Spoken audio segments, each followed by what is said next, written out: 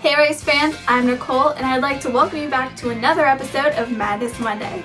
This week, NASCAR takes us to Kansas City for the 5-hour Energy 400, benefiting Special Operation Warrior Foundation. So if y'all are ready to get racing, let's get started. But before we get into any race talk, I just want to mention to you guys to keep out on the lookout for new changes on my channel.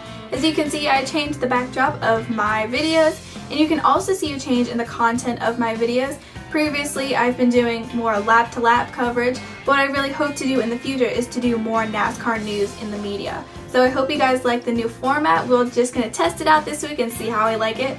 But now let's really get started. So this week, I have 10 updated stories for you guys. So let's get started with number 1.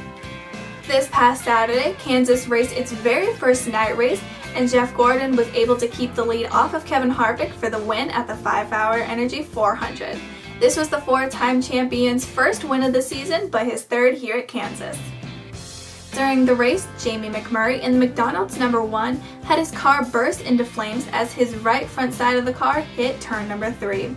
He then headed to pit road where his pit crew helped him out of the car to safety. As he came out of the infield care center, he was reported to be uninjured. Karl Busch in the number 41 did not have the race he was expecting as he suffered from 2 spinouts during the race. The first was on lap 180 as he spun out into the grass on the front stretch. The other was on lap 203 coming out of turn number 2. Danica Patrick in the GoDaddy number 10 finished 7th, which is her best Sprint Cup finish since she started racing in 2012. The highest position she was running in this week was 3rd, and she later told a reporter, "When I'm running in 3rd, I'm honestly not thinking about the fact that I'm running in 3rd. I'm trying to think about the fact that I've been looking at that car in front of me for the whole race, and I've been passing that car, and I need to do that. The last thing you want to do is get excited out there and make mistakes." Kasey Kahne may not have rolled into victory lane this week, but he did find the speed he's been looking for this season to make it into the top 5. After finishing, he told a reporter, "Our biggest deal is that we've just been really slow this season.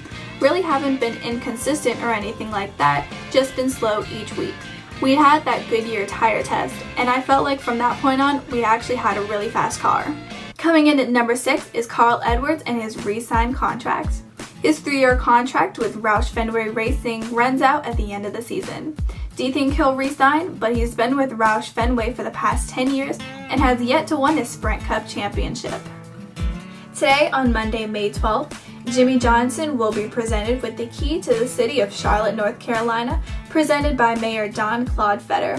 Through his contributions of his foundation, the Jimmie Johnson Foundation, he has provided over $6.5 million to the Charlotte, North Carolina area, and all the proceeds have helped children kindergarten through 12th grade. Coming in at number 8 is Dale Jr.'s court case debating his sponsorship with the National Guard versus the United States. The National Guard has used their sponsorship to help recruit members for the National Guard. Between 2011 and 2013, the National Guard has spent $88 million to help sponsor the National Guard 88 car in the Sprint Cup Series. They've also spent $38 million to sponsor cars in the IndyCar Series. The National Guard has no control over the money spent on the team and the money spent on activation of the sport. No decision has been made whether the National Guard will cut or keep their sponsorship with the number 88 car. However, Major General Jed Lyons, acting director of the Army National Guard, has reported, "I will be reviewing all of these programs in the next probably month." After Brooke retired from Miss Sprint Cup back in March, NASCAR has been looking for the next Miss Sprint Cup to join Kim and Madison at the track.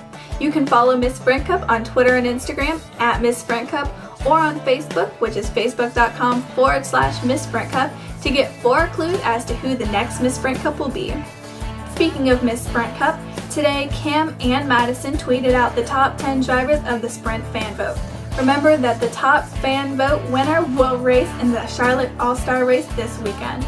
Your top 10 drivers are Eric Almirola, AJ Allmendinger, Marcus Ambrose, Clint Bowyer, Austin Dillon, Kyle Larson, Casey Mears, Danica Patrick, Ricky Stenhouse Jr., and Josh Wise. Don't worry fans, there's still time to keep voting. You can vote on NASCAR.com, which I'll leave the link to that in the down bar below, or you can vote on your NASCAR Mobile 2014 app, and if you vote on the app, your votes count twice as much. So keep voting, guys. Well, race fans, that's it for this week's video. I hope you guys liked the new changes I made, and if you did, make sure to give this video a big thumbs up, and if you haven't already, subscribe down below. And I'll see you guys this weekend in Charlotte for the Sprint Showdown on Saturday and the All-Star Race on Saturday. See you guys next week.